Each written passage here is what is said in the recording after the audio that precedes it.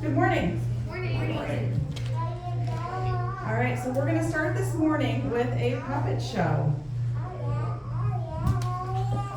I have. You can move your microphone.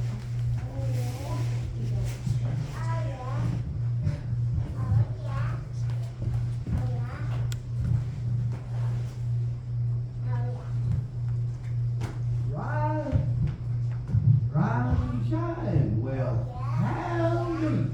What a weekend. Hey, Uncle Smelton. What on earth is wrong with your voice? I have a cold today. Oh, really? Why'd you make all that ruckus? I'm coming down the train tracks. Clickety clack, clickety clack. Well, I get it.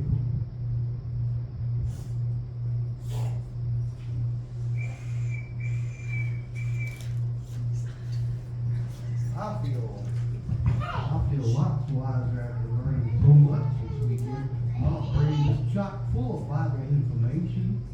Oh yeah? We learned how to get the golden ticket to board the Gospel Train Express. Woo woo! I'm so excited. So how wise are you exactly? Well, I'm a pretty wise. I'm about as wise as Solo Man. Solo Man? Who in the wide world of sports is that? You know, Solo Man.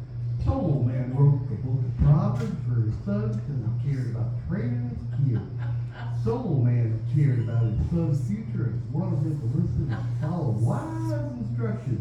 Lots of that instruction was laser focused on God and how to do the right thing. But Solo Man and his boy Rehoboam later went off the wrong tracks and made some bad decisions. Wow, good story, Uncle Smelton. But Solo Man? I think you mean Solomon. In Proverbs 4:1-4, Solomon wrote, "My children, listen to what your father teaches you. Pay attention, and you will have understanding. What I am teaching you is good, so remember it all. When I was only a little boy, my parents' only son, my father would teach me. He would say, remember what I say, and never forget it. Do as I tell you, and you will live." Well, how do you like that? If you have a one-track mind and focus on what's really important, you'll get smarter and wiser as Solomon. But what does that really get me? Well, if you read and focus on the word, you'll get a golden ticket on the Gospel Train Express, which is a surefire way to get to the kingdom. Trudy, that is the bestest reason in the whole wide world. I guess that's the best journey I could ever take. You're darn tootin', Rudy. Hey, Anywho, after you leave this camp, you gotta keep training and training until Jesus comes. I won't get sidetracked. and don't lose your steam, Rudy. I would never do that, Uncle Smelton. I've always choose Jesus.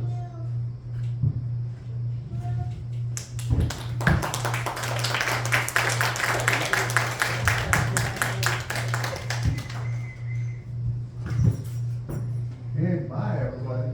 Till next time. But we got the song to sing to you. You can help us sing it by turning to page 12 in the chorus book. We're gonna sing it's our camp house, because that's your morale.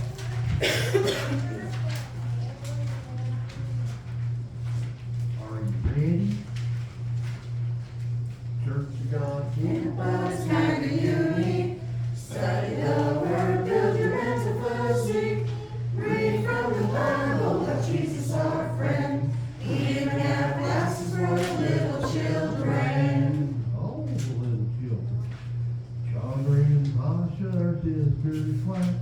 Once in the flesh and then in Christ. They read from their Bible to teach you lessons. And if you're not baptized, they might help like you help them. Church of God, Campus, time to uni, study the word, build your mental physique. Read from the Bible, let Jesus our friend. We even have classes for the little children. Sarah and Nancy and all of you, you do real good if you want to.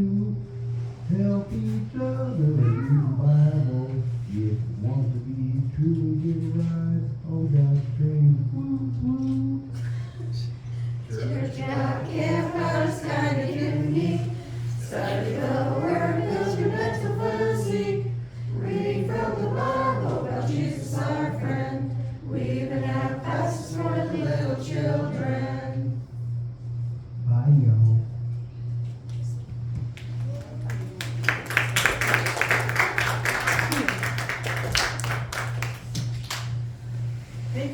Melvin and Rudy.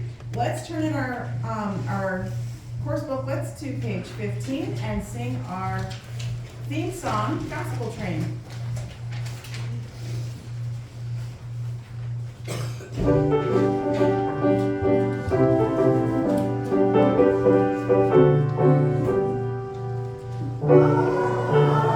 Traveling on the gospel train. I am on the right track and never will go back to the station soon again. I need no fear, I know this is blood for a sinner to slay. I'm traveling on the gospel train. Woo, woo. All right, great. Next we've got the mystery box. And for today, I'm going to ask Lori to come up and do the mystery box for us.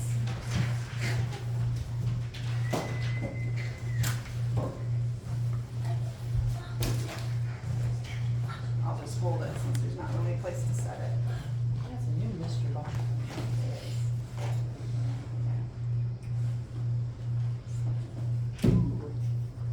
A baggage claim ticket.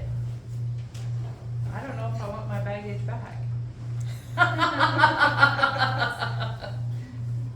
So this reminds me of, we call our problems baggage and just saying prayers and giving it over to God and Jesus to help me out with it.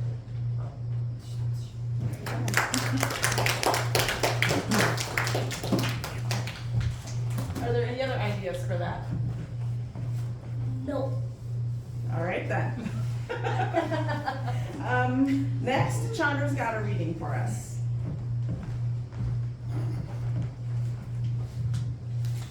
It's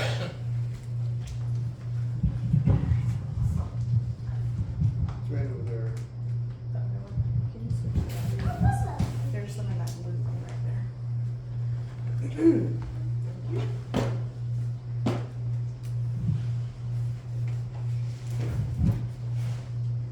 This is called The Station. Tucked away in our subconscious is an idyllic vision. We see ourselves on a long trip that spans the continent. We are traveling by train. Out the windows, we drink in the passing scene of cars on nearby highways, of children waving at crossing, of cattle grazing on a distant hillside, of smoke pouring from a power plant, of row upon row of corn and wheat, of flatlands and valleys, of mountains and rolling hillsides, of city skylines and village halls. But uppermost in our minds is the final destination. That's what we're going to talk about today. On a certain day at a certain hour, we pull into the station. Bands will be playing and flags waving in the kingdom. Once we get there, so many wonderful dreams will come true and pieces of our lives will fit together like a completed jigsaw puzzle. So we want to get that final destination of the kingdom.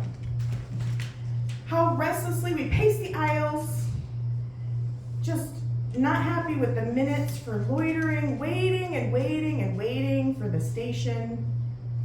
When we reach the station, that will be it, we cry. When I'm 18, when I buy a new car, when I put that last kid through college, when I've paid off the mortgage, when I get a promotion, when I reach the age of retirement, I shall live happily ever after. But sooner or later, we realize that's all passing us by, and the true joy of life is the trip. The station is upcoming, but it constantly outdistances us. Relish the moment is a good motto, especially when coupled with Psalm 118:24. This is the day which the Lord has made. We will rejoice and be glad in it. It isn't the burdens of today, or the baggage, we would say, of today that drive men mad. It is the regrets over yesterday and the fear over tomorrow. Regret and fear are the twin thieves who rob us of today. So stop pacing the aisles and counting the miles.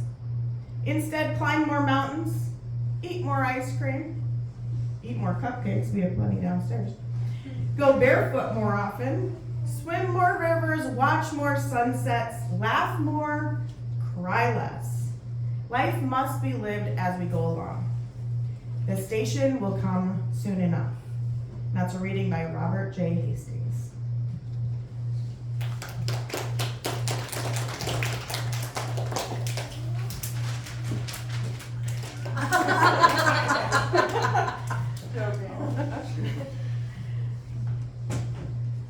Let's turn to page 6 in our chorus booklets. And we're going to sing Jesus Loves the Little Children.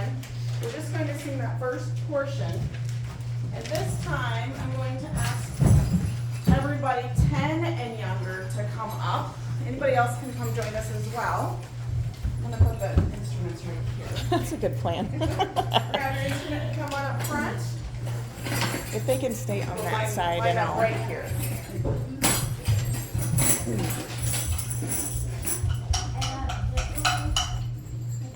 We're not going to be down here.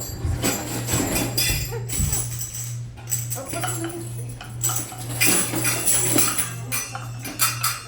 Okay, line up right over here. Anybody older would like to come up, you're welcome to as well.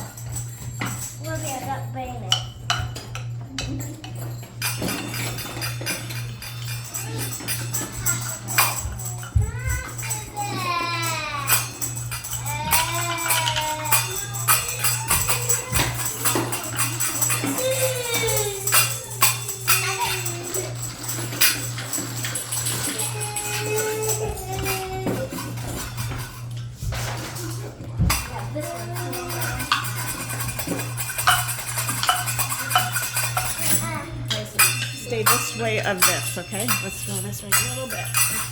All right, Jesus loves the little children. Let's go through it 2 times. Jesus loves the little children.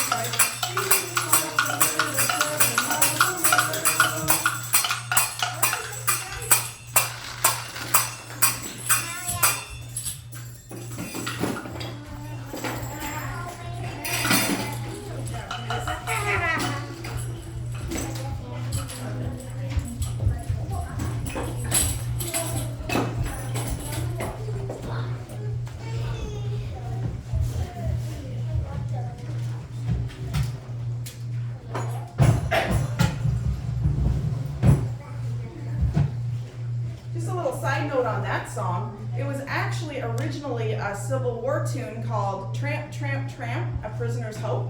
And after the Civil War, these words were put to it to make Jesus Loves the Little Children. All right, next, let's go ahead and stand and sing one more song. And then after that song, our prayer is on the front of the chorus booklet. And we'll pray that together. Let's sing I Owed a Debt. Just saw it. 25.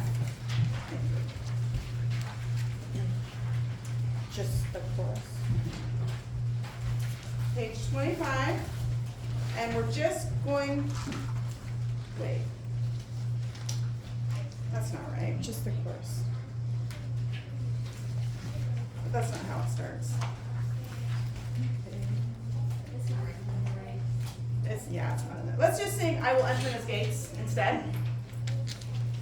And then remain standing for prayer. I will enter His gates with thanksgiving in my heart. I will enter His courts with praise. I will say this is the day that the Lord has made. I will rejoice for He has made me glad. He has made me glad. He has made me glad. I will rejoice for He has made me glad. He has made me glad. He has made me glad. I